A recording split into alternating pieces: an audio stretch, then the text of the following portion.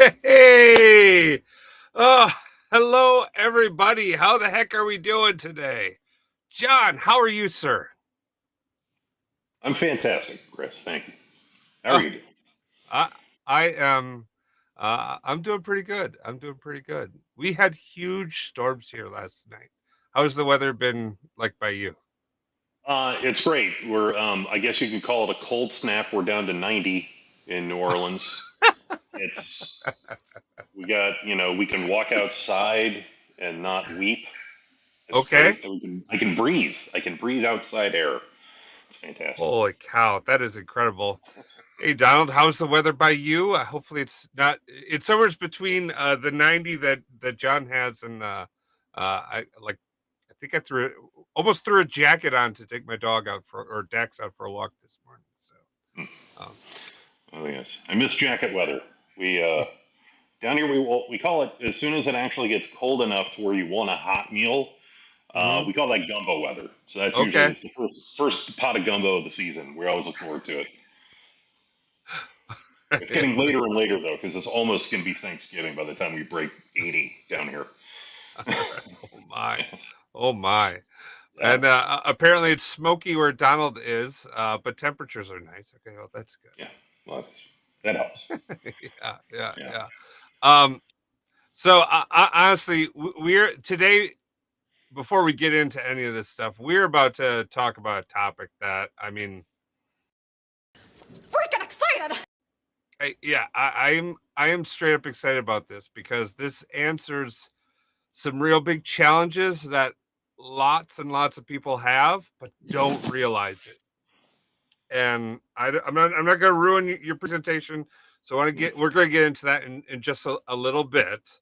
But uh, uh, Donald had mentioned earlier that Paul Turley, who was my guest last week, Hmm.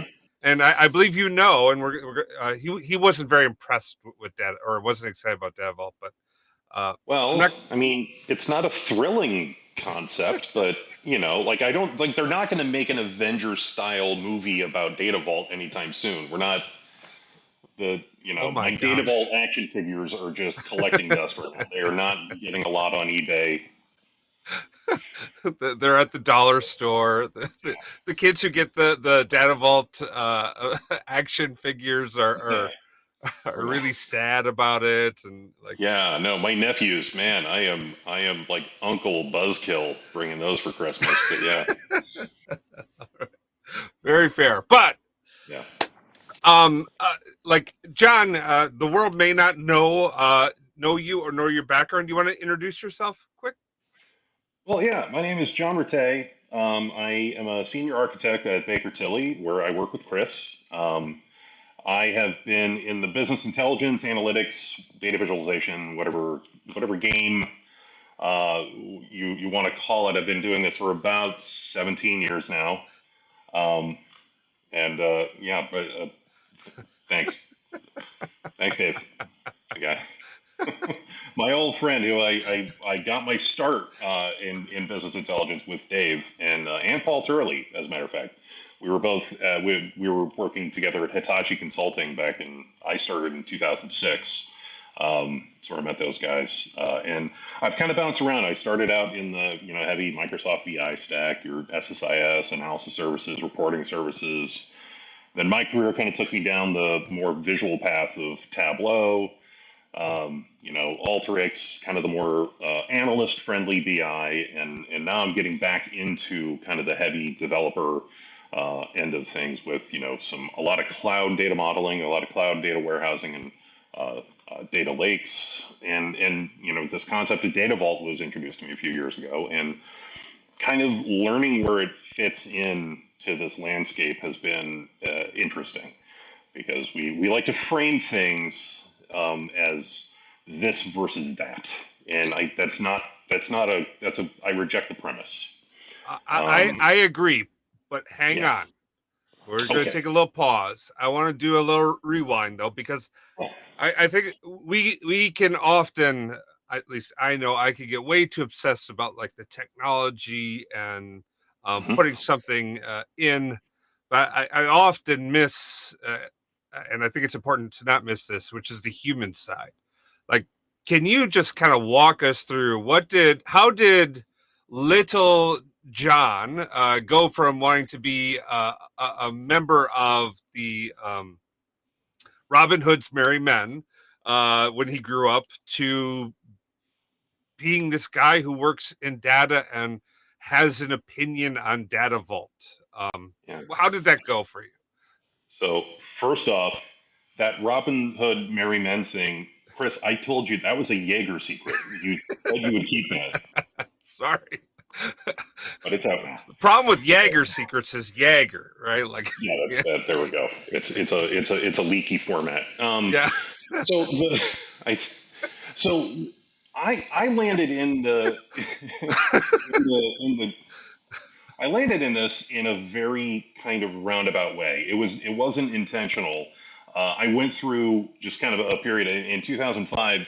I was living here in New Orleans, and Hurricane Katrina displaced me, and I was on the road for about 4 months, kind of looking for my next move. I had been working in Oh, affordable my. housing and educational programs, running a lot of nonprofit work down here. And then all of a sudden that just went away overnight, literally. So I had to pack up and find a new place. And I had an old college roommate who had just gotten set up. He was working at Microsoft, actually, and he invited me to come check out the town, stay on his couch for a while. I had my parents were living in the Twin Cities at the time, so I had all my stuff kind of stashed in their basement, and they couldn't wait to get rid of me, and I couldn't wait to leave. So it was really worked out well. So I moved in about January 2006 with no job. I had no prospects or anything. I just had a 30-day lease on this place by the University of Washington that had already been scheduled for demolition. Um, yeah, they were tearing it down to make townhouses because we need more of those in Seattle. And I had about a 30-day runway to go find a job, and that runway ran out. And I had been introduced to Hitachi Consulting. They were about to bring me in for an interview, but I had to, I was basically sleeping in my car at this point, and I wasn't aiming for a career in data. I just got to this interview. I interviewed with a couple of people who just said, "Hey, I think this guy might be able to get it," and they hired me as just an entry level consultant and put me on a project with one of the smartest people I've ever worked with, the late Reed Jacobson, who he wrote textbooks on MDX. He was a legend in the field. And it was amazing that I lucked out and got to work with just some of the best and brightest and learn as much as I could. And I took to it, and it just kind of grew from there. And I've been just looking for people smarter than me everywhere I go, because that seems to be the best best way to keep moving forward. So Gosh, that is really inspiring. Homeless to working uh, at Hitachi for working on a Microsoft project where you have no idea what you're doing and you're just trying to like get that first step yeah, in. yeah. Well, and working with people who, and this is the most valuable thing, were willing to let me screw up. You're Mm, going to screw up. You're yeah, going to drop a production database. You're going to do these things. And being able to work with people who are have everything well enough in hand to let you make that mistake and learn and not completely tank the project, those are very valuable mentoring skills. yeah.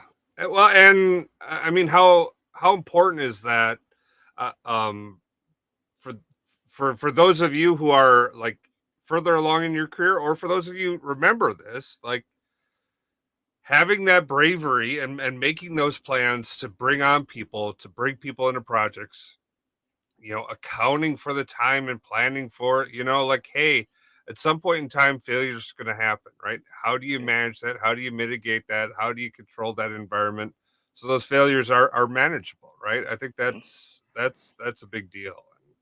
But I also think that also talks about like a real great concept when we're looking to hire new people or bring people on.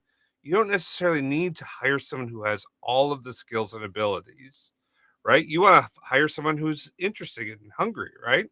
Mhm.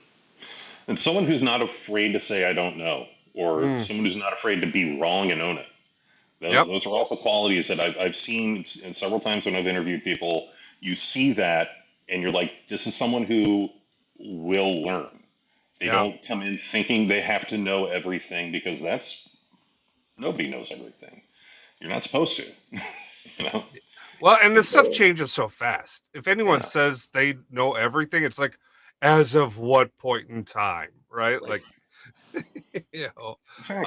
I saw a slide of venture capitalist funded data products. There was over 500 new products were introduced this year. Like, tell me Yeah. you know all about them, right? Like, that's you're lying. That's just not true, right? Oh yeah, it's. I mean, you've seen those diagrams where they lay out, here are all the ETL tools, and there's like 9,000 things on the screen just to show you how much is out there. You Hmm. know, it's insane. It's like looking at a view of how many satellites are in orbit right now. It's terrifying. Yes, yes, You know. yes. All right. Well, we are about to dive into it. I want to lay a groundwork because while and you know what, honestly, here's the deal. I don't know much about Data Vault, so I've got lots and lots of questions for you, John, that I know is going to take up the rest of the 48 minutes we got left. But we are here to answer your questions, so please. We are following Guy in the Cube, Matthew Roche rules. Please prefix each question with a Q to get them queued up. And I'm just realizing I'm missing a word in that slide. But please don't spam questions or any of that. We will. One of our moderators will like pause you and block that. But we haven't had a lot that we've had to do on there. So please ask questions around Data Vault. This is going to be a two-part series. This session, we're really talking about what the heck is Data Vault, how, when, where, all that good stuff. Next week, we're going to go deep into the tech on that. Is that right, John? Hmm. Yeah, well, we're going to get into a demo. Basically, we're going to build a mock data vault out of some fake data from a fake company that came out of my fake brain, and we're gonna walk through the steps of what are some of the ways to do it in kind of the concept or in the context of this modern data landscape. The tools are getting a lot faster and a lot more. They're shortening the time to productivity, so you can prototype really quickly. And so some of these new platforms. So we're going to take a look at building it in DBT and Snowflake, and we can possibly take, if we have time, a quick tour of a couple other platforms. But those are going to be the two to look for. Treason, then. Sorry, this is Did a I, sorry, channel. did I trip an alarm? Did I say the secret word? Yeah, Okay. Oops. sorry, I just had that one queued up. I was like, Fair enough. that's great. So we're going to talk. We're going to talk about high level questions today. Uh, just to get this out of the way. Well, actually, not even get this out of the way. This is something exciting that we've been talking about this for a long time. Nobody knows this, but uh, we host, or I'm one of the people that helps host the Madison Fabric Power BI user group that has been in person. So it's something that people had to attend to. Starting next week, you're going to be able to catch it live on this channel. We're going to have Brian Julius. He's going to be presenting how to drill through like a boss, advanced techniques to elevate your reports. This is super important to get into that. So links are in the channel, but it will be on YouTube, LinkedIn, and X. So all right, enough of the pre-work. This is a lunch and learn, so grab your favorite beverage, grab your lunch, grab your snack, grab your food, kick back and enjoy as we have our communal sip, and then we dive into this. So I'll take a drink. All right, and Didn't know John, beverages were optional. yeah. Yes, beverages are optional. And Okay. all right, let's head Okay. into this. Yeah. So I so I think to kick off, we want to start asking the question, what is data vault? And so, here are some very high level bullet points. It was created by Dan Lindstedt in the early 2000s, and he was working, I believe, with the Department of Defense. So he was looking for something that was secure and scalable, hence, the term vault. He was looking for a way to, how do we make durable attributes out of our business keys so that we can uh, we can scale this and modify it as data grows and as we get more sources and we're integrating more aspects of our business. And then in 2013, he updated it with the Data Vault 2.0 architecture. Um, since I'm so recent to Data Vault, I have never really bothered to look at what original Data Vault and Data Vault 2.0 is. I really only know this 2.0 model or architecture. But the idea is that it's an alternative method, an alternative data modeling technique to the more commonly practiced Kimball and Inman methodologies. I put a big asterisk there because I don't consider it an alternative. I consider it a supplement or a complement. I think it's something you don't move away from your traditional dimensional modeling when you implement Data Vault.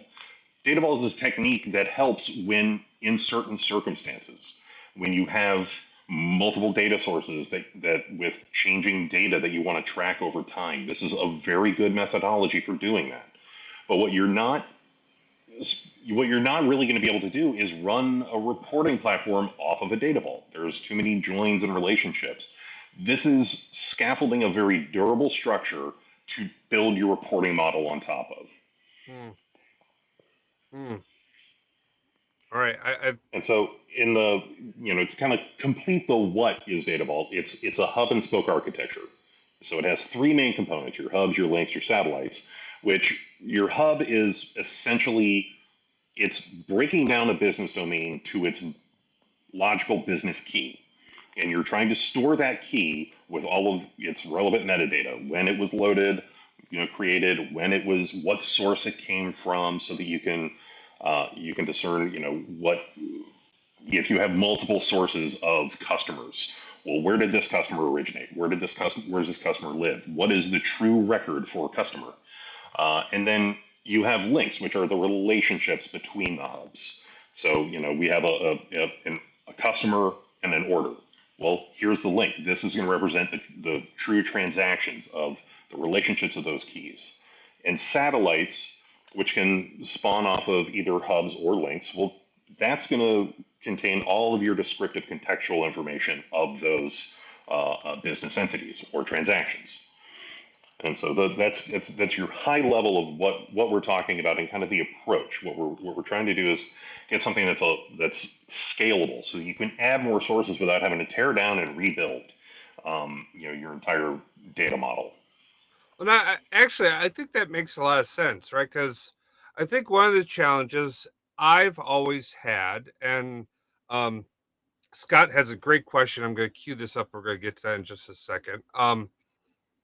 But honestly, so I'm all in on the Kimball Inman stuff. I get it. I love it. Like you talk about all the time. I'm all about like the star schema and how you make that work.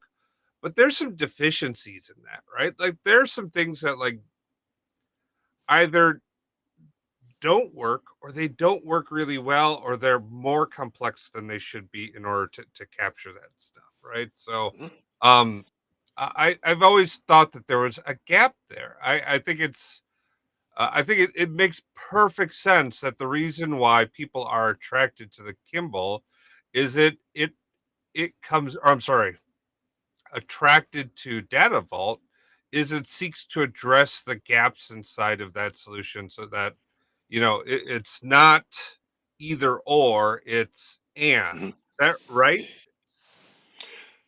Yeah, it's all well. It's actually, I would say it's an if and, because Okay. it's not necessarily going to always apply to your Hmm. situation. It's one tool. It is Hmm. one tool in the bag. So it's going to apply when you have a large enough data set, a complex enough data set, something that you really want to put this structure and fortification around to handle changes in business keys. You want surrogate keys everywhere, but it is completely over engineered if you're talking about a simple data model. Sure. Like Sure. the demo that we're going to go through, that's way too simple to actually build a data vault. We just want to show how it works. But in most cases, you're going to be just fine with Kimball. But Hmm. there are those cases where data vault does apply, and it's a perfect complement to sit in between your raw data, your kind of cleaned up stage, and then your data delivery, your information delivery layer. Yeah, I think that makes a ton of sense, especially like when you talk about the multi sources, right? Like I'm thinking of, I've worked with customers who had many instances of SAP, and you say, well, why the heck would they have many instances of SAP? And that's because many companies grow through acquisition, right? And when you Exactly. buy 10 to 20 companies in a given year, 20% of them are going to have their own implementation of SAP when you buy them. So what do you do when all of the companies have Coke, Coca-Cola as a client inside their SAP system, right? I Yeah. guarantee you they don't have the same business key or they don't have anything potentially in common between them. But Right. this is something we can manage in Data Vault, right? Yeah, Data Vault lends itself to that because it provides a structure for you to apply governance, to Okay. say, hey, these are the rules. We have to fit into this new model. Okay, we're going to have a brand new SAP source. We have it identified as this, but we're going to be identifying the business keys as these. Mm-hmm. And so, we're going to be able to uh, normalize that data and merge that data, integrate these data sources, even if they're all like sources. But you're going to be able to know which customers came from which system originally. You're going to be able to report out and split out that data quite a bit better than if you were trying to, say if you already have a set of primary keys in a dimension table, bringing in a whole new set of data, well, you may have a different data type. You may have different structures or granularities. How do you handle that if unless you normalize or denormalize that data to put it into a structure that actually works? So you can have these translations Mm-hmm. of this business key relates to this one through this. Sure. Because there are three main types of tables. Your hub, satellites, and links, but you're also going to have different flavors of each of those. You're going to have, for link tables, you'll have specific lookup tables, like your same as. Mm-hmm. This is what this concept of a customer is in Salesforce, but over here in our ERP system, we have it translated a little bit differently. We append a couple of zeros on the end so that it fits that one system. Um, so Yeah. and again, this is a very good point. So just like the slowly changing dimensions, Data Vault is by default SED Type 2. Satellites are meant to Mm-hmm. be loaded as Type 2 slowly changing dimensions because you want to track history because you Mm. don't want to lose anything as you're pulling stuff in. The idea Sure. is to maintain as much of your data as possible so you don't have to drop anything. You're not just defaulting to Type 1 because it's easier. Mm-hmm. You can build in this capability. Well, and I like that quite a bit. And so, just because Scott asked a good question here, and John, please feel free to say, hey, this is something we should cover in the next one because I know we're going to go deeper into this. Uh, but this question came in. Currently, he's developing a data vault using DBT. He's frustrated that without a lot of work, DBT tries to change the target tables. Any advice around that behavior? So I'm assuming that when you're using DBT, if you have the materialization set to either view or table, the default behavior is it's going to drop and recreate the object. Mm, And so if you're trying to load, if you have kind of changing columns or expanding expanding models, I think it's not just going to add new columns. It will drop and reload the table, mm, which could have some effect if you're trying to maintain history. There are some options for creating incremental models in DBT. I can see what I can do about including that in the demo next week, okay. for including those configurations. Um, but you're right; it might require a bit more work to do. to implement incremental changes into DBT. That is, it should be just a configuration setting, but it does require planning. Yeah, and I think that is a pretty detailed question. So if we have to go into it next week, that is fine because we're still staying at that very high level. That high level of what is DBT.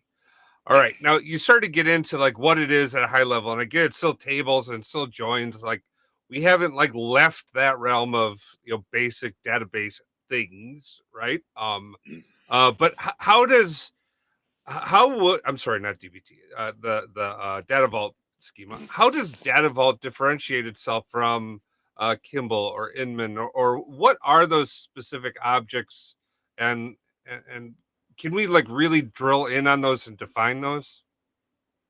Yeah.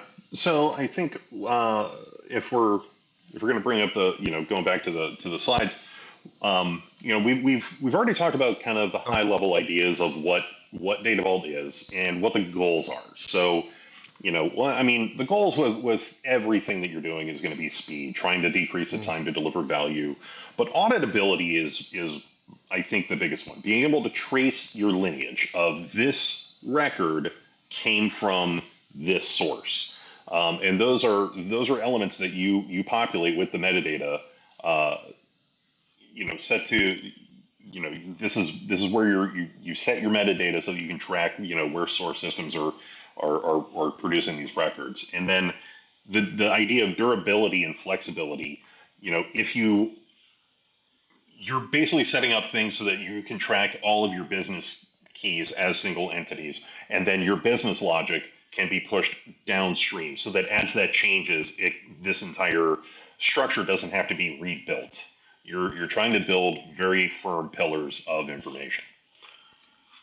So, oh, that's interesting. So you're real, and let me see if I can reframe that around an ask I've heard recently. So Data Vault would allow me to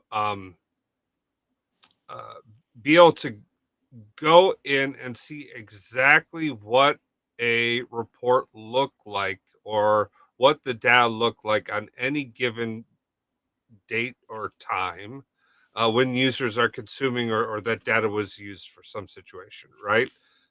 Is that mhm. correct?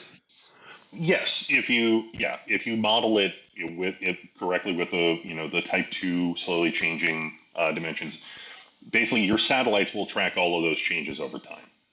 Okay. All right. So if I'm working in an industry, or if I have like healthcare or financial information or something that could need to be audited, a data Mhm. vault is a great way to go. Is that right? Yeah, that would serve one tremendous benefit there, because you would be able to build that structure in to create point in time reporting through Data Vault. Mm-hmm. Data Vault is not necessarily the only way to get to that, especially if you're only dealing with one system that you're going to audit. However, if you're trying to get auditability from reports all the way back to source, this would be the recommended path. Okay. All right. I think that makes great sense. Mhm. Yeah, that's good. Okay, cool. I'm Yeah. sorry. Keep going. No Yeah. problem, no problem. Yeah. So yeah, so moving forward, the kind of architecture. This is might look a little familiar. I don't have the bronze, silver, gold medallions labeled here, but essentially this is what we are looking at. So you Mm, have your source data, and typically what the goal is, you're going to bring your source data in as raw as possible.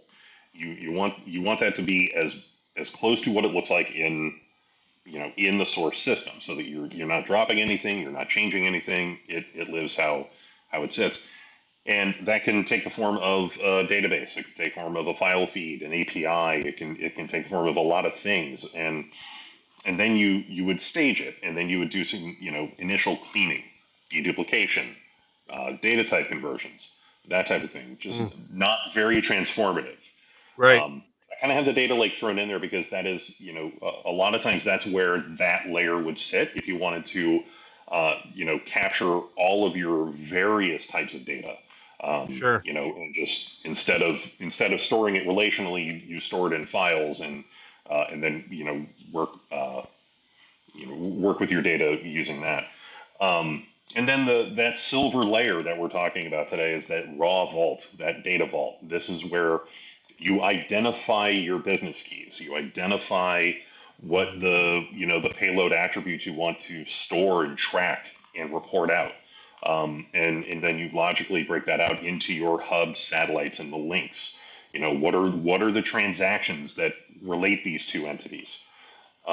And it helps you visualize the process of your business and break it up by domain, so that you have a very logical flow of, okay, my customers live here. We're gonna translate the keys between source systems here and here. You might have a couple of different hubs depending on sources if they need to be structured differently. There are uh, you know you can start any number of fistfights by telling people how to model their data vault. Just like, the quickest way in South Louisiana, the quickest way to start a fight is to tell somebody what you put in your gumbo. That's it. But same thing here. But then you move into the next layer, and this is going to be your reporting layer. Atop that data vault, you're going to have, and typically you can have this as database views, but this is where that dimensional model comes back in. This is where Kimball and or Inman or your one big table, whatever your preferred data modeling method for whatever works best for your reporting tool, whatever works best for your business, would sit on top of this. And you would do that business logic as far downstream as possible, so that you can maintain that at the point of attack, almost, where it's, okay, we have to update these rules. Well, you want that to live somewhere that is easy for the business to manage or maintain. And sometimes you're going to have a reference layer within that data vault, and I didn't put it in here in the chart, but it would be like a business vault, where you actually track changes to, okay, these are our groupings of our chart of accounts for this fiscal year. Next year, we're going to be grouping this one in here. You would have the ability to add that to that kind of raw vault layer, so you can do referential lookups and maintain a little bit more insight for your business that way. Oh, that's fascinating. So I like this because so we've been talking about on this channel. We've talked a lot about the bronze, which is the raw layer, the silver, which appears like the data vault layer, and then the gold, which is your star schema or your model layer. But Yeah. what you've done inside this diagram is you've started to break that out further so that we can have some real conceptual points inside of there, where you've got your raw layer to be truly raw, but to also include like the staging layer where we start to add in data types, we start to add in metadata for like auditability and for like tracking and hunting down issues. Or like there's a failure and someone's got to go fix something. They go to the staging layer and they make that simple. Yeah. And then And you are what's that? Go ahead. and this also could be a place where, and typically, um, I don't want to say typically, but this is just the way I typically do it.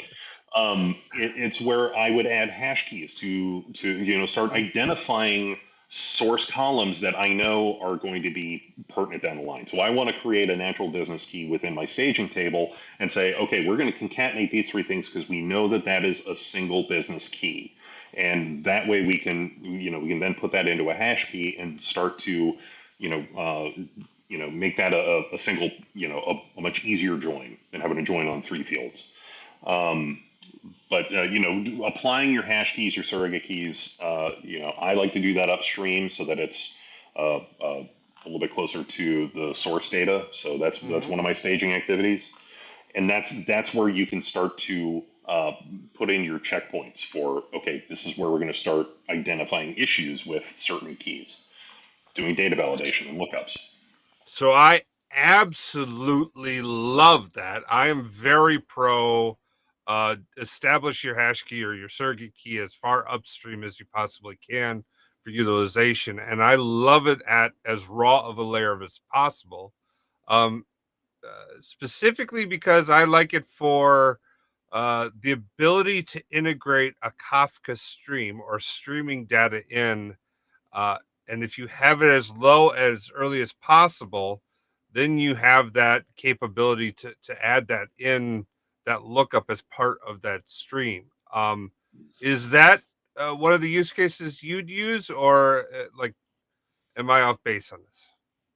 No, that's definitely one of the use cases. I think Okay. it's mostly making sure that you're eliminating roadblocks down the line. Mm-hmm. When you Mm-hmm. have to Yep. change data types, you have to make sure that the surrogate keys are going to match when you want them to match.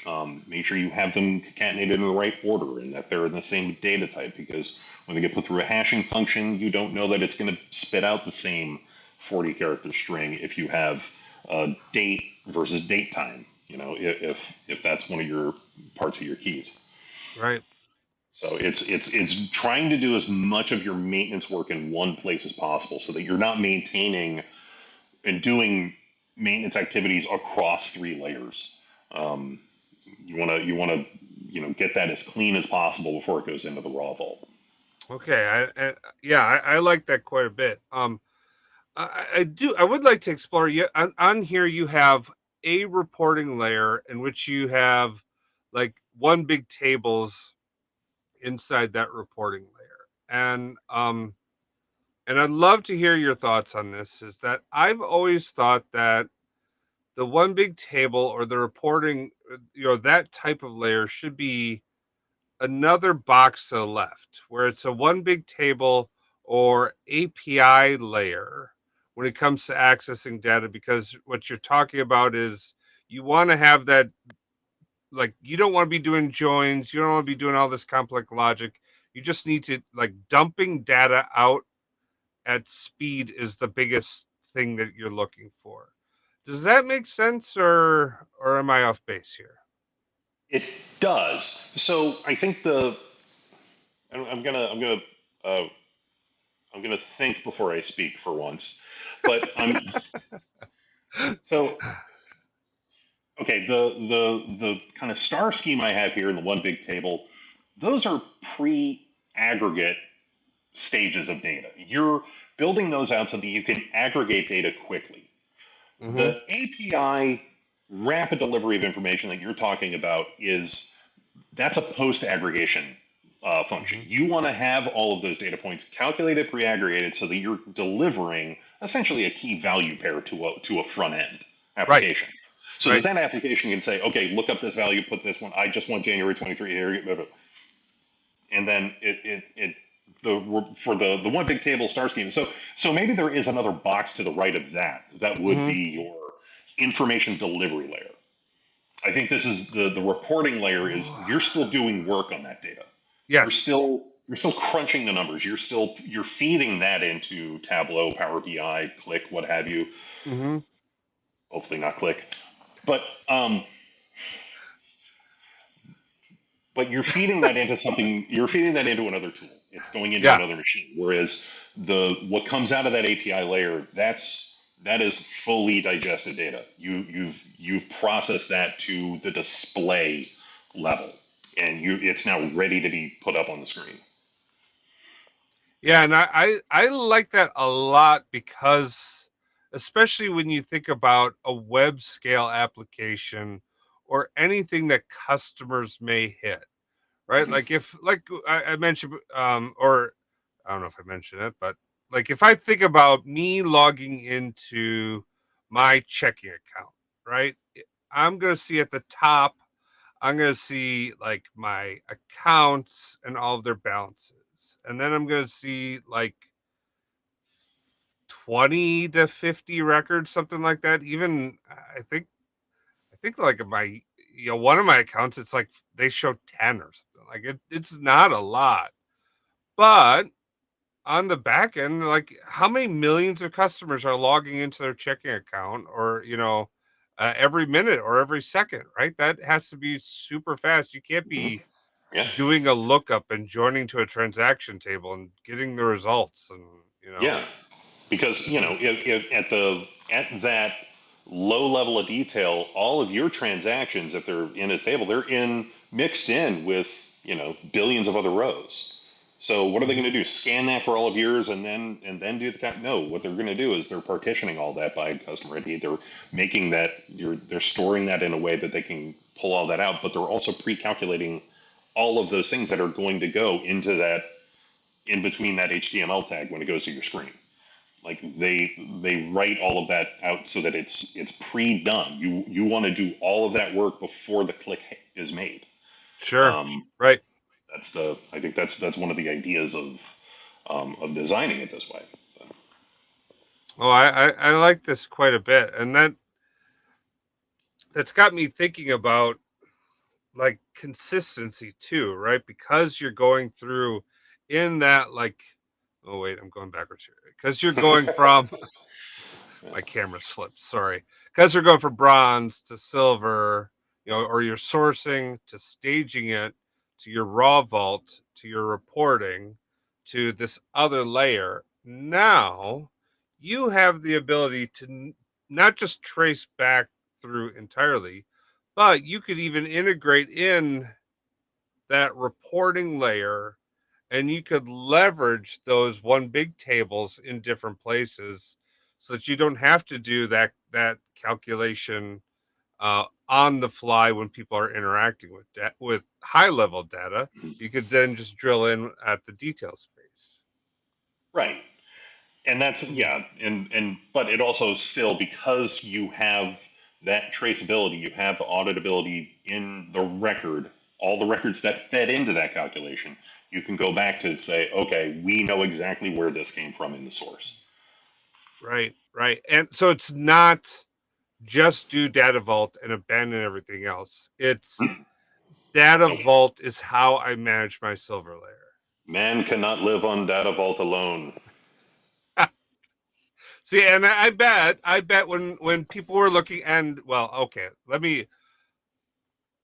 I'm sure it wasn't other. Maybe it was other people. When I looked at Data Vault initially, I looked at all the joins and I said, "That's too much for any front end processing to go," because I thought it was just Data Vault, Yeah, and I was very wrong. It's Data Vault and this. yeah. Mm. No, it's no. The first time I saw a Data Vault model, I needed to take a nap. Like, I was exhausted. I just wanted to curl up for a little while, and like, this is so many inner joins. I can't do it. And yeah, you're right. So no, that's absolutely right. It is a service layer. It's not the delivery. You're not. It's not a full fledged delivery. It is the structure that lays a very solid foundation in a number of cases. You don't always need this solid of a foundation. You don't always need this level of security and traceability in every system you're going to roll out. You're going to have simpler customers. You're going to have simpler needs at times. But this one, when you do have that requirement of we have to be able to trace, we have to be able to integrate multiple systems. We're going to be acquiring more companies. They're going to have to fold into this system. This is a foundation that allows you to do that rapidly and incrementally. You don't have to have it all built at once. Mm. You can spin it up as you go. Oh, I like that. And you said something else that I think makes good sense too. It's just hitting me is that inside your data vault space, you can have that enterprise like area that's built to manage there. But and you again, correct me if I'm wrong. But you could also have that business vault layer so that they could define their own business rules and their own hubs and satellites. How does that work? So, I mean, think of just reference tables. You're creating reference and lookup tables as somewhat data that doesn't live specifically within the source system that you're integrating, but it's we have custom groupings. We have these specific rules and calculations that we want to apply. You can create contextual data that doesn't live inside your system, but you want it to live within inside your vault so that it can inform and add more context to the reporting data that you're generating. So think of, instead of building a hub for these things, it's just a reference, a lookup table that doesn't have a Sure. source. The source is the business. And so Right. that's just it's an auxiliary set of tables to help. Oh, I get it. I get it so much. And we so in like the Power BI Fabric space, we're always talking about this pyramid of enablement, where we talk about like the enterprise, the department, the team, the individual. The enterprise will be building the maintaining the central hub. The department will be managing that business layer hub, and then any types of things you need to define that combine from multi sources, which is a real challenge. Like, how do you do this, right? That's what you would define inside that business layer. I gotcha. Oh, Mm-hmm. all right. I like that quite a bit. Um, I'm just looking at the time. Did you have one Yeah. more slide? I forget. I think so, and I think, and this was it's just kind of a slide to the way that I saw it broken down once, and I believe we've talked this Ah, to death, but this last bullet here was the descriptive tables. You're not necessarily going to have business keys, but you're going to have key information that lives just within the domain of the data vault. But the last one is, how do you get from A to B mhm. when you're putting Data Vault in place? Logically speaking, how complicated is it to build the dimensional model on top of that? And it really does break down to, if these are our hubs and the satellites, well, those are going to translate into your dimensions. And then the satellites and the links that they're associated to, those are going to be your facts. And so it lends itself well when you can break it down into categories and the patterns that flow through to, this is a dimension, this is a fact, and you can translate it to that model that we are all used to. It's very familiar. The Kimball model is very simple and it works for good reason.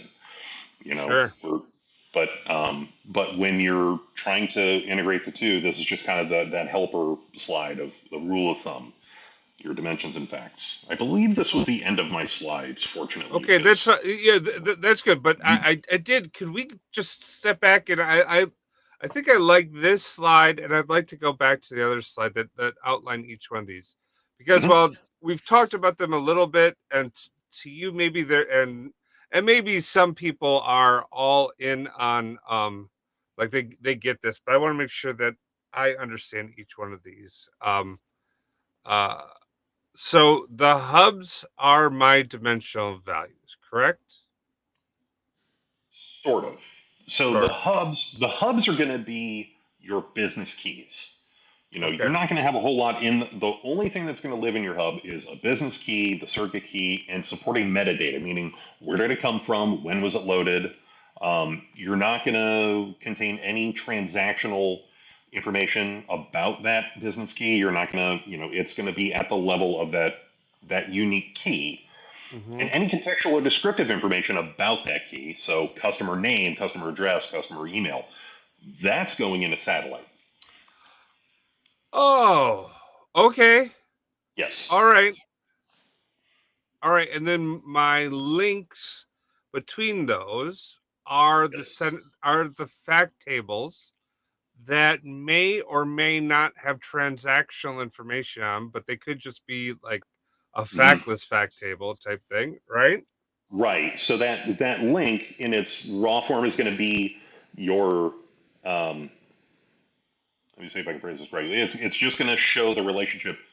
This customer relates to this item, and or this customer relates to this order. And then on the satellite for that link, it will say, and it ordered these items. You're going to have you're going to break down into much more detail um, um, as you build out the satellite off of a link is where the true fact of the would live. Okay. All right. All right. So it's the equivalent of a lookup table of sorts as the hub that contains just business keys. Yeah. That takes me from my link or my transactional tables out to hmm my satellites. hmm And then my reference is So I'm gonna advance the slide so we can see the okay. relationship one more time, Okay. because Yep. Yep. Yep. really within here, Mm-hmm. that you're gonna have Yep. your business key. That's going to be your primary key for customer. This is my customer. And then in this satellite table, there's my mouse.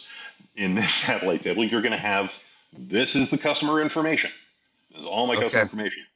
The link table would be this customer in this order. They're related. Okay. And But you're you going have to a have satellite for. single relationships. So you're not going to have. So we're used to having a fact with 10 to 12 foreign keys because of all their dimensions split out. Mm-hmm. You're not going to have that. You're going to build that fact table from a bunch of links and satellites. Okay. Which is why this is so inefficient to build a reporting model on top of, because you would have to join 10 to 12 tables just to get Right. a single reportable table. Yeah. Okay. And that would explain also why when I looked at it the first time, I'm like, this is gonna just cause all sorts of problems. What did you say? Oh, You felt exactly. like you had to take a nap?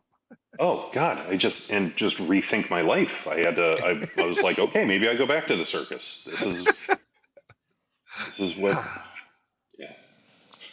Oh, I really like this. And so I think this makes good sense. And I'm really excited to get into part 2 where we go in more detail on this. And I thank you, John, for like setting this up in a 2-part series because I had lots of questions around Data Vault because I just haven't worked with it very much in the past. Um, if someone was like on and like trying to like, or they're watching this video because like we've had bunch of people are watching it right now, streaming in, but I'll have a whole bunch of people watch it over the weekend and stuff. If someone wanted to like get tools installed so that they could like kind of not necessarily play along, but like know what you're talking about for next week, John, what are the things that they would go and do and install for them? So yeah, if we're gonna the focus of what I'm going to be working on, because I've only really Hmm. built this using DBT. Okay. Yep. There's a package for DBT called automate underscore DB. It's you can get it on the package hub from DBT, the getdbt.com site. And it's a company, Automate DB. It used to be DBT Vault, and then it's been rebranded as Automate DB. I'm going to have links to that in next week's presentation. We're going to show you the toolkit, but within there, you're going to see a lot of pre-built macros and the way that they have built-in scripts for you to generate your hub satellites and in many different ways. So we can walk through how all of those tables get built and how quickly it is to spin those up. And yeah, I'm hoping that will address some of the questions that have come up about how does DBT. I'm hoping. I don't know, but hopefully we can get some of those questions answered.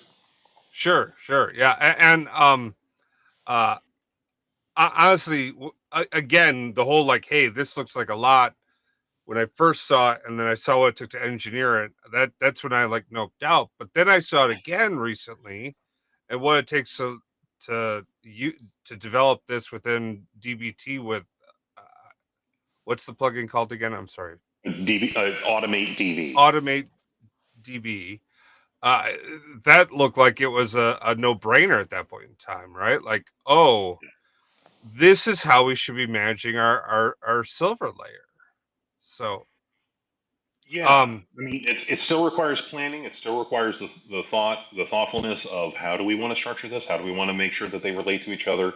You're never going to get away from having to put that thought and time in planning. But what you can do is shorten that development window and shorten the mhm. prototype window so that you can actually get to a proof of concept very quickly. To get to see that you have the wrong answer. You want to find that out quick. You don't want to Yeah. find that out 8 weeks into the project. Oh my, you mean you could put this together in less than 8 weeks? I'm going to put it together in an hour next week. Holy A cow. small one. Yeah. Well, that's fantastic. So I mean, again, that's why I think a lot of these tools and these new capabilities are game changers, right?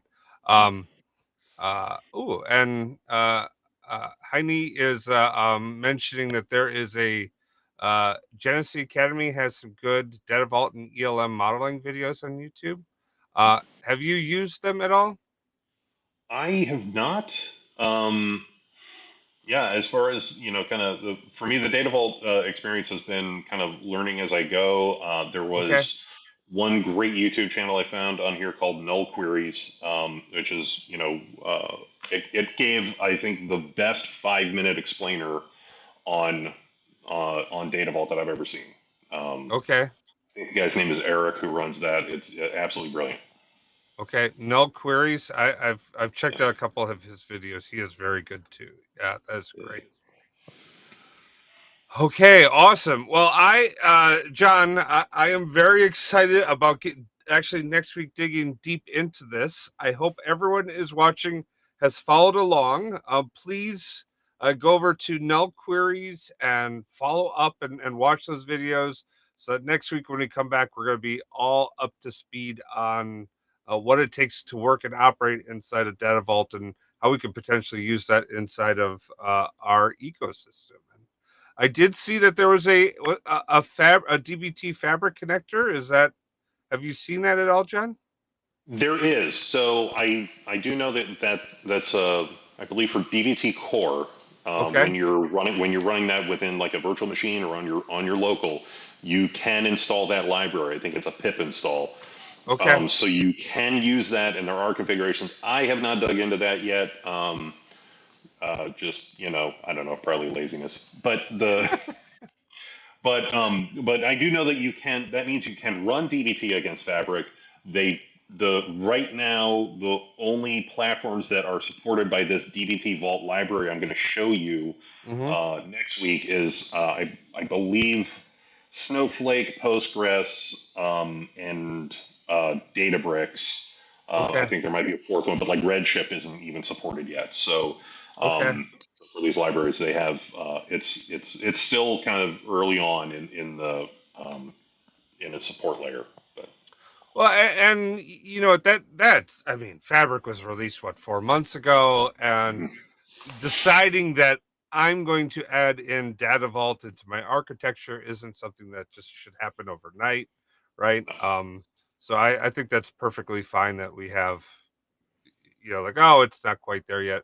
And there's lots of people that are working in Snowflake or Databricks or any of these other tools. So that makes complete sense too. So, Mhm. um, uh, all right. Okay. Sorry. Getting messages all over the place. Oh boy. Uh, you know how that goes. So, and yes, Dal Parrish has posted the links down in the YouTube side. So, looking forward to that. Again, uh, we are coming back next week. We're going to be doing Data Vault Part 2. That is September 20th at noon. Looking forward to having that conversation over there. So, do check us out. And Kevin and I will be here at 7:30 on Friday for Fabric Fridays. This week we're going to be talking about database objects inside Synapse Fabric. So I can't wait to do more on that. So anything else people should know before next week, John? No, I think we've covered it. I Awesome. do like that when we have the cover sheet up there. It's my pre-COVID beard face. Yeah, That's good. I, Sorry if I I have a honked at I people. have a few headshots too, where it's like that one's better than the Yeah. Oh, rest. that's before the world ground me down. Yeah. Awesome, awesome, awesome. Well, thank you guys all for tuning in. We really appreciate it. Have any questions? Leave them down inside the chat. Keep an eye on all that stuff. Otherwise, hit us up. John, you're on LinkedIn and X, or where can people find you? I am on LinkedIn. LinkedIn. Okay. Yeah, so you can find me. It's just John Ratte. You can find me up there. Yep. And I'm over on LinkedIn, X, and yeah, YouTube. So Yeah, where everyone is now. So thanks everybody. We will see you guys later. Have a great day. Peace. thanks. Baker Tilly Digital combines strategic industry insight and advanced technical expertise to uncover and solve your digital transformation challenges. If you're interested in learning more, check out our website at bakertilly.com/digital.